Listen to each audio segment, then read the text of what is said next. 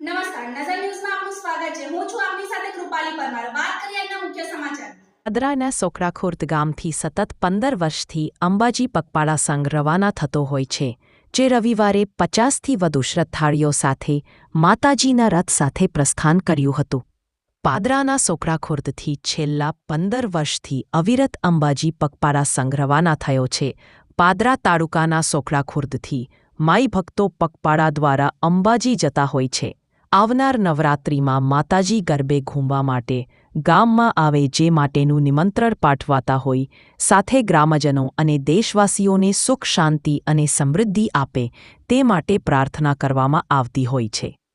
સોખડાખુર્દ ગામથી પગપાળા સંઘમાં શ્રદ્ધાળુઓનો પગપાળા સંઘ રવિવારે રવાના થયો હતો, જે પૂર્વે શનિવાર સાંજે ગામમાં માતાજીના રથ સાથે પદયાત્રીઓની ભવ્ય શોભાયાત્રા ગામ નીકળી હતી અને મહાઆરતી પણ યોજાઈ હતી, જેમાં પદયાત્રીઓ સહિત ગામના સરપંચ અને આગેવાનો પણ જોડાયા હતા।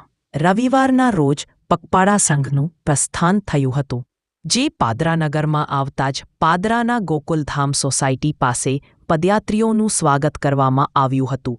પગપાળા સંઘ પ્રથમ નવરાત્રિ અંબાજી ખાતે પહોંચશે અને ગબ્બર ખાતે પ્રથમ ધજા અર્પણ કર્યા બાદ બીજા નવરાત્રિ સોખડાખુર્દથી પગપાળા યાત્રા સંઘ અંબાજી ખાતે સતત 15મા વર્ષે ભાદરવા 8મના રોજ આજે સવારે સોખડાથી પ્રસ્થાન કરીને વિવિધ ગામોમાં રાત્રિ રોકાણ કરીને અમે આસો સુદ એકમના દિવસે અંબાજી પહોંચીને મા ગબ્બરને અમારી ધજા અર્પણ કરીશું અને પ્રાર્થના કરીશું કે જગતનું કલ્યાણ કરે અને લોકોને સુખ શાંતિ અને સમૃદ્ધિ આપે એવી માને પ્રાર્થના કરીશું। બીજે દિવસે આસો સુદ બીજના દિવસે અમે અંબાજીમાં નવચંડી યજ્ઞનું આયોજન કરેલ છે। નવચંડી યજ્ઞ કરીને માતાજીને અમારા ગામની ધજા અર્પણ કરીશું અને માતાજીને વિનંતી કરીશું કે દરેકને સુખ અને શાંતિ આપે અને જગતનું કલ્યાણ કરે અને અમારા ગામની સમૃદ્ધિ વધારે અને આવી રીતે અમને દર વર્ષે તમારા ધામમાં બોલાવે એવી પ્રાર્થના કરીશું। બોલ મારી